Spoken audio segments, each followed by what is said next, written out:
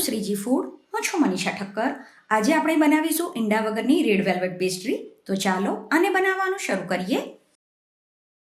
સૌથી પહેલાં એક વાટકામાં 150 ml જેટલું નવસેકું ગરમ દૂધ લેવાનું છે. આમાં 1 ચમચી વ્હાઇટ વિનેગર ઉમેરવાનું, જે આપણે ચાઇનીઝ રેસીપી બનાવવા માટે વાપરતા હોઈએ છીએ. વિનેગર ના હોય તો તમે આટલી જ ક્વોન્ટિટીમાં લીંબુનો રસ પણ ઉમેરી શકો છો.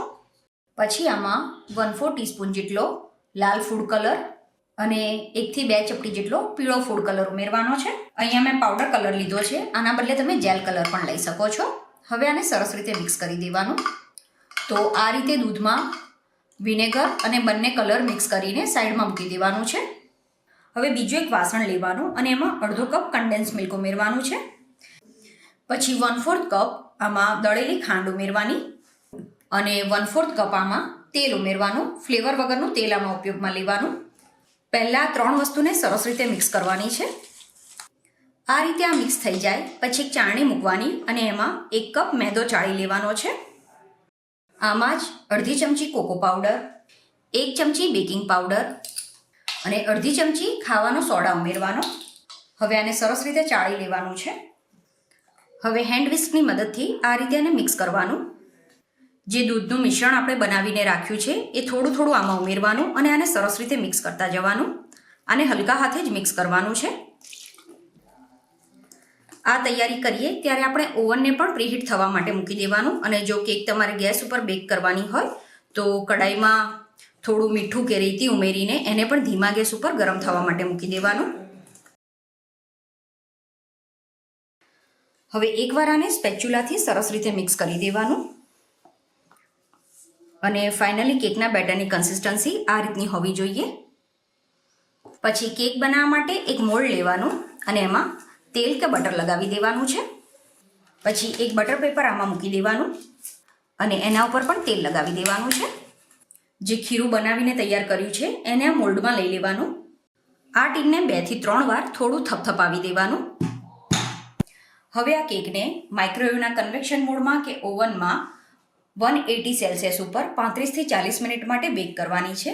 જ્યારે પણ કેકને બેક કરવા માટે મૂકો ત્યારે 30 મિનિટ પછી એને ચેક કરી લેવાની.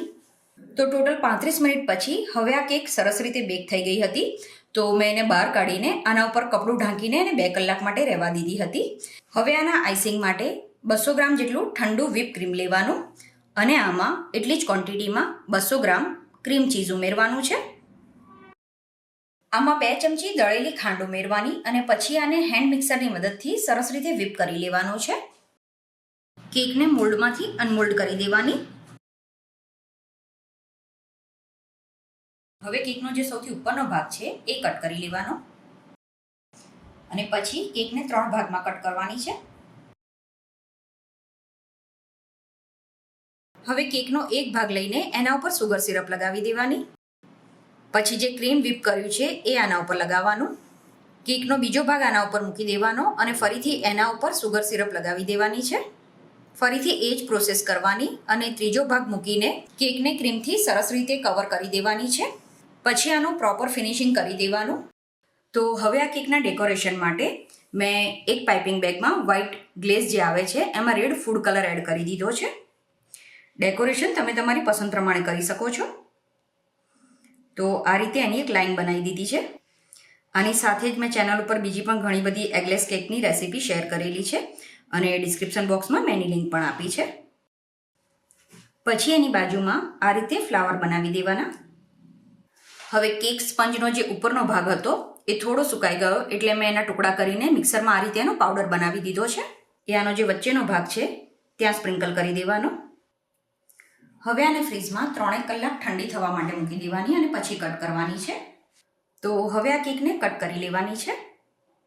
તો બેકરીમાં પેસ્ટ્રીના જે સાઇઝના પીસ મળે છે એ પ્રમાણે આને કટ કરી લીધી છે. તો હવે આ રેડ વેલ્વેટ પેસ્ટ્રી બનીને તૈયાર છે. આ બનાવેલી પેસ્ટ્રીને તમે ફ્રીજમાં 3 થી 4 દિવસ સુધી સ્ટોર કરી શકો છો. તો તમે પણ આ રીતે આ પેસ્ટ્રી બનાવીને જરૂર ટ્રાય કરજો. આઈ હોપ તમને મારી આજની રેસીપી પસંદ આવી હશે. આવી જ બીજી રેસીપી જોવા માટે ચેનલને સબસ્ક્રાઈબ કરવાનું ના ભૂલશો.